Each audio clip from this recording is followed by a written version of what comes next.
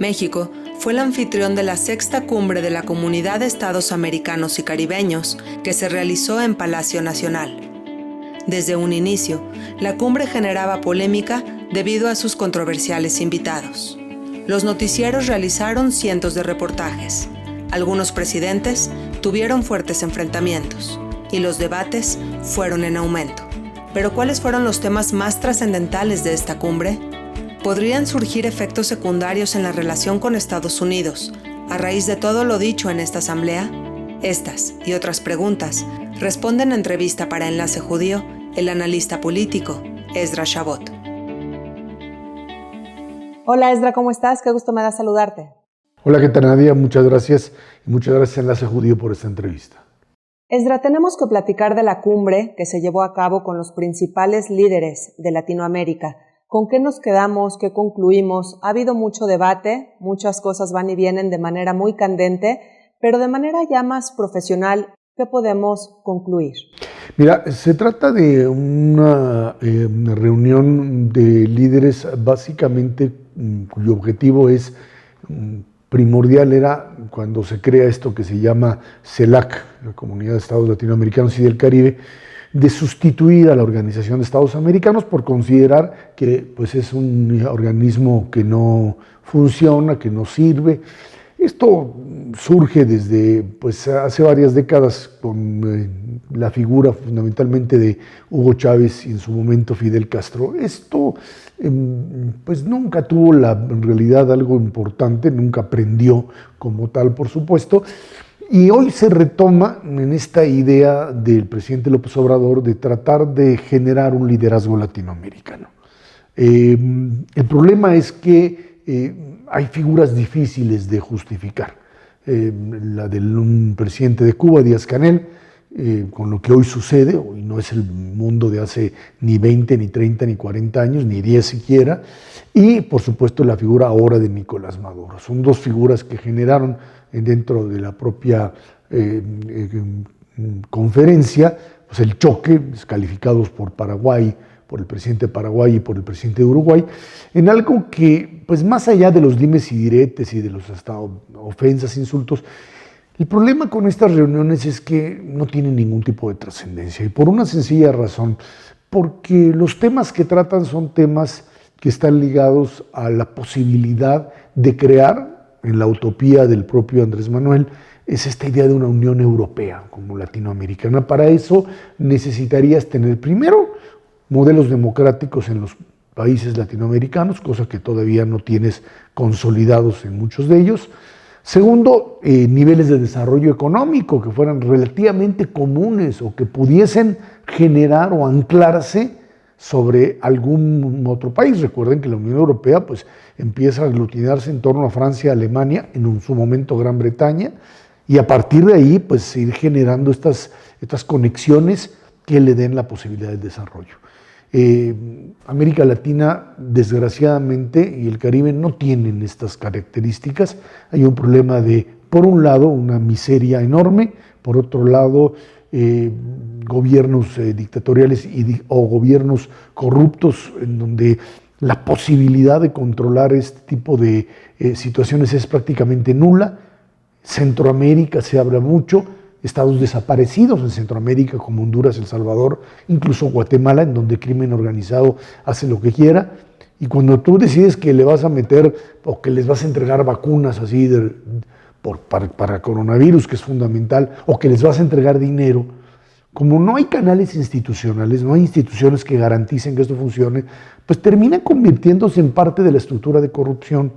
Ya hace muchísimos años que el modelo norteamericano, que Estados Unidos trató de solucionar problemas de pobreza en América Latina inyectándole dinero, porque creían que el problema de pobreza era de ausencia de recursos. Tú le inyectas dinero a ese tipo de países y lo único que haces es que pues, fomentas que aquellos que tienen la gran boca dentro de ese país se queden con el dinero y no permea, ni se genera desarrollo, ni se genera reducción de desigualdad, ni se generan empleos. En ese sentido, para México esta reunión, más que pues, algún beneficio, lo que tiene sí es una situación de enfrentamiento frente a los Estados Unidos. a un Estados Unidos que hoy pues está interesado, uno, en detener migración, pero tratando de encontrar pues la cuadratura al círculo, es un problema muy grave, y segundo, apostándole a lo que dice el nuevo embajador de Estados Unidos en México, a atender lo fundamental que es la unión, ahí sí, la posibilidad de un bloque México-Estados Unidos-Canadá como el eje fundamental para desde allí poder generar economías que pudiesen incluirse e incorporarse, en algo que es todavía muy difícil. Pero definitivamente hay un problema serio al presentarse frente a la Unión Americana con el discurso de la Comunidad de Estados Latinoamericanos, que finalmente es excluyente, que le pide, le demanda a los Estados Unidos que le entregue vacunas, que sea mucho más bondadoso con los países latinoamericanos, algo que frente a los fenómenos de Cuba y Venezuela, pues sí genera una contradicción. Un mensaje que seguramente en Washington pues no les gustó mucho, Daniel. Sin duda, Esdra, y eso es principalmente lo que quiero preguntarte, más allá de los dimes y diretes que hubieron en la cumbre, ¿en qué medida afecta ya en términos reales y prácticos a México su relación con Estados Unidos? ¿Podemos preocuparnos de todas estas altibajos, de todos estos altibajos que hubieron en la cumbre? Mira, yo creo que los norteamericanos en este momento no están, recuerda, el gobierno Biden tiene muchos problemas, tiene problemas ahora derivados de un error grave en la forma en la que se retiraron de Afganistán, están metidos todavía en problemas de pandemia que no han resuelto, el tema China, que es algo con lo que pues están haciéndose bolas, y con México quieren, pues de alguna manera, llegar a un tipo de entendimiento, pero este tipo de mensajes no ayudan. Este tipo de posibilidades de conexión a través de discursos como el que se dieron en la CELAC no ayudan. O sea, en unas cuantas semanas estará en México, no el presidente Biden, que no aceptó venir, pero sí Antony Blinken, el secretario de Estado, y este tipo de mensajes pues resultan contraproducentes, porque por un lado estás metido, México está inmerso en los Estados Unidos, no solamente por el tema de remesas, no solamente por el tema del Tratado México-Estados Unidos-Canadá, por la propia situación geográfica y lo que ha sido esta inmersión de México en la economía norteamericana en los últimos 30 años. A partir de ello, creo que pues sí, este tipo de golpeteo no favorece a la relación México-Estados Unidos. Un poco lo que la administración López Obrador quiere es aparecer como el liderazgo latinoamericano que negocia con los Estados Unidos. Yo creo que pues no, Estados Unidos no está interesado en este momento en esa situación. Lo que queda claro también es que México es una parte fundamental para la seguridad nacional de Estados Unidos y por ello lo que insiste, y lo que insiste el propio nuevo embajador es, a ver, sentémonos y pongamos las bases de lo que hoy nos interesa, que es fundamentalmente detener la migración brutal que viene de Centroamérica y en este caso ahora de Haití, y eso es uno, y dos, instrumentar el Tratado México-Estados Unidos-Canadá en las nuevas condiciones. Eso es lo que hoy le interesa a Estados Unidos y sobre eso va, con temas de energía, con temas laborales, que todavía México tiene ahí pues asignaturas pendientes, Nadia.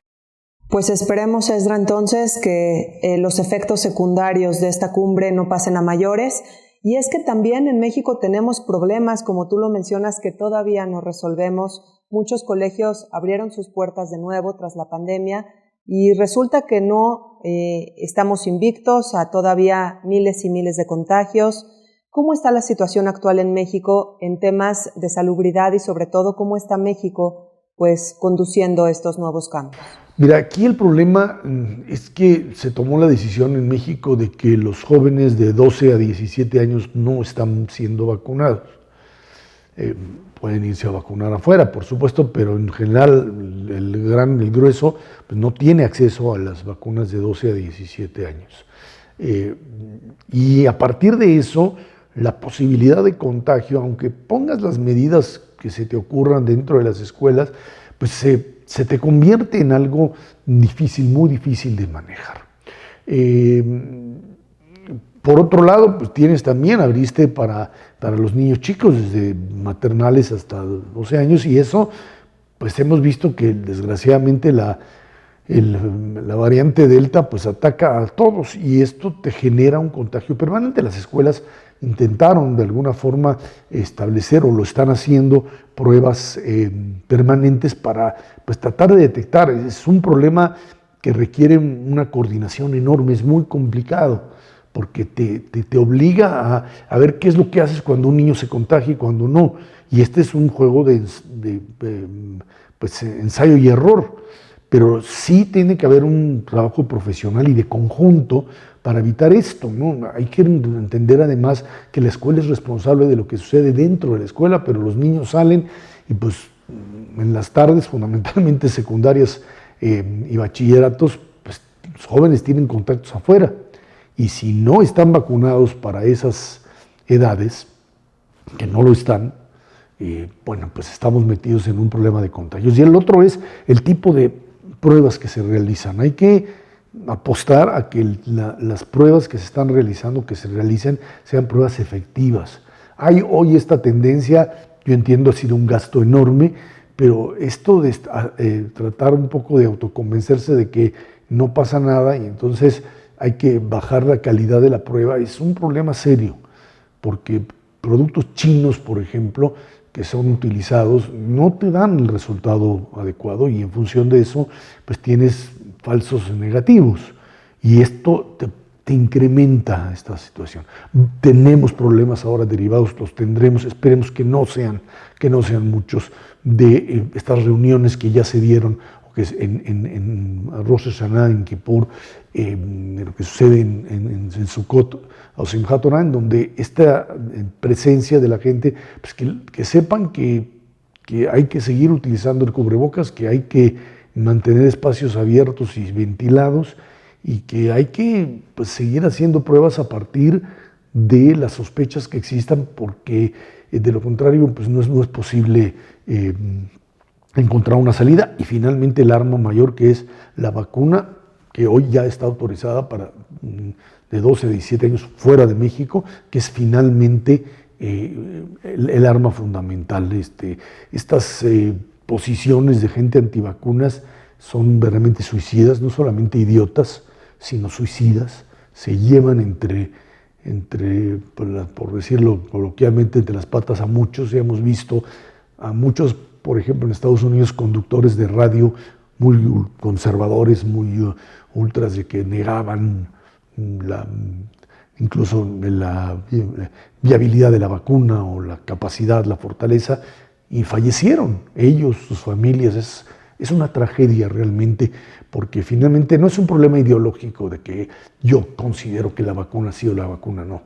Finalmente terminas enfrentado al dilema de vida-muerte, y no solamente tuyo, porque argumentan diciendo, bueno, finalmente es mi derecho a decidir. Sí, pero tu decisión influye en el otro, contagias al otro, matas directamente al otro, y ese es un problema moral y ético que no se resuelve tan fácilmente. Claro, no debemos dejar de considerarlo, pero es que, Ezra, conocemos muy bien las herramientas, los protocolos, lo que debemos de hacer, pero a veces resulta que perdemos la brújula, sobre todo porque vemos países como el Estado de Israel, en donde la vacunación ha sido increíblemente admirable y aún así sufrieron un repunte bastante importante. ¿Cómo entendemos esta situación? Mira, el caso de Israel, lo que aparece en los especialistas israelíes es el principio de que tu población no vacunada es una población que recibió finalmente de manera muy, muy fuerte la reaparición, o sea, con la variante Delta. El grupo no vacunado, que puede ser un 20 o un 30% nada más de la población, finalmente te prendió en conjunto. Por supuesto, le pegó a la gente vacunada, pero con mucho menor, sin niveles altos de hospitalización. Tu problema es que la gente no vacunada es la gente que terminó en los hospitales e incluso aumentó el nivel de fallecimientos, porque la variante Delta fue mucho más agresiva para ello y se llevó a la gente, o sea, la terminó matando. Incluso Israel decidió, junto con Pfizer, que metían la tercera dosis, algo que hoy se discute. Hoy los Estados Unidos terminaron decidiendo que solamente tercera dosis de Pfizer para mayores de 65 y para inmunosuprimidos, para gente con problemas de salud. Israel dijo, a ver, metamos la tercera parejo, en un intento de reafirmar, aunque cueste más caro, la defensa de toda la población. Y entonces comenzaron a ver, y eso fue su argumentación, la disminución sustancial de los propios casos. Esto quiere decir que esta idea de que hay un proceso de inmunidad de rebaño, en este tipo de virus, lo que nos decían doctores como Macías o el propio Moreno, no se produce. O sea, sí se produce, pero con esta variante o con alguna otra requiere necesariamente la vacunación. Vamos a tener, como dicen ellos, que convivir con el virus. Y para eso requieres la vacunación y requieres de las medidas sanitarias. Israel finalmente está hoy ya en proceso de disminución sustancial de los casos. Les costó, por supuesto, mucho. Y esta idea de que íbamos a permitir que los no vacunados se contagiasen y que finalmente iban a tener sus anticuerpos, finalmente costó muchas vidas, costó, por supuesto, recursos, porque mientras más agresiva era la propia variante, pues más fácil era que esta gente terminara no solo contagiada, sino hospitalizada y eventualmente falleciera. Esdra, finalmente, antes de terminar la entrevista, quisiera tocar un tema que me parece muy importante. American Jewish Communities habló sobre un repunte importante en el antisemitismo a nivel global. Platícame un poco a qué se refiere. Informes tanto de American Jewish Committee como de otras instituciones judías que hablan de lo que sucedió durante el periodo pandemia y en donde viste fundamentalmente en muchos lugares de Europa y en los Estados Unidos básicamente la reaparición de un tipo de antisemitismo que no habíamos visto en mucho tiempo. Normalmente en los últimos tiempos el radicalismo islámico o el fundamentalismo islámico había conseguido introducir dentro de Europa este tipo de antisemitismo violento que llegaba a los cementerios judíos o a las sinagogas, incluso a los Batei Knesset, y en donde actuaba como tal. En los Estados Unidos, grupos también de ultraderecha, parte de lo que se heredó de la administración Trump, que los asusó, los permitió, trató medio de deslindarse, pero nunca pudo. Pero de repente con la pandemia vuelve a aparecer esta idea muy clara de grupos minoritarios a los que se les trata de acusar de ser los promotores de la misma. Es esta vieja, yo diría, antiguo prejuicio. Recordemos de que los judíos eran los que generaban o propagaban la peste negra ahí en la Edad Media. Y comienzan a aparecer fundamentalmente en los sectores de ultraderecha en Europa y, por supuesto, en los Estados Unidos, esta noción de que otra vez aparecían parte del mundo judío o de las comunidades judías como las propagadoras tanto del propio virus como del negocio de las vacunas. Ese es el tipo de pensamiento con el que se estructuran esas teorías de la conspiración. Meter, y hay que entenderlo cómo estructuran su discurso, propagar la vacuna más allá del asunto chino, etcétera, difundirla para tomar el control y después de eso generar la vacuna para con la vacuna venderla y hacer el negocio y controlar de esta manera a la humanidad. Es el mismo discurso de la Edad Media, el discurso mismo del nazismo, ahora adaptado a este modelo de una pandemia. Un discurso que uno diría, bueno, es la misma irracionalidad, el mismo absurdo, pero lo construyen, lo lanzan hacia la masa y en condiciones de desempleo, de cierre de economías y fundamentalmente de pandemia, el discurso prende y tiene pues reacciones que hay que estar monitoreando y tomando en cuenta. No es para un gran escándalo y no es que sea una política general, pero es producto, hay que saberlo, de estas condiciones de crisis económica por un lado y sanitaria por otro, que termina afectando a minorías y como siempre a la minoría judía.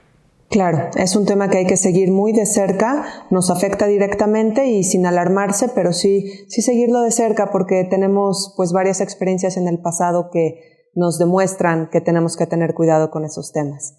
Esdra, te quiero agradecer muchísimo tu tiempo, tu claridad como siempre y nos vemos en una próxima entrevista, ¿te parece bien? Muchas gracias, Nadia, y gracias Enlace Judío por esta plática. Gracias, Esdra. Un abrazo.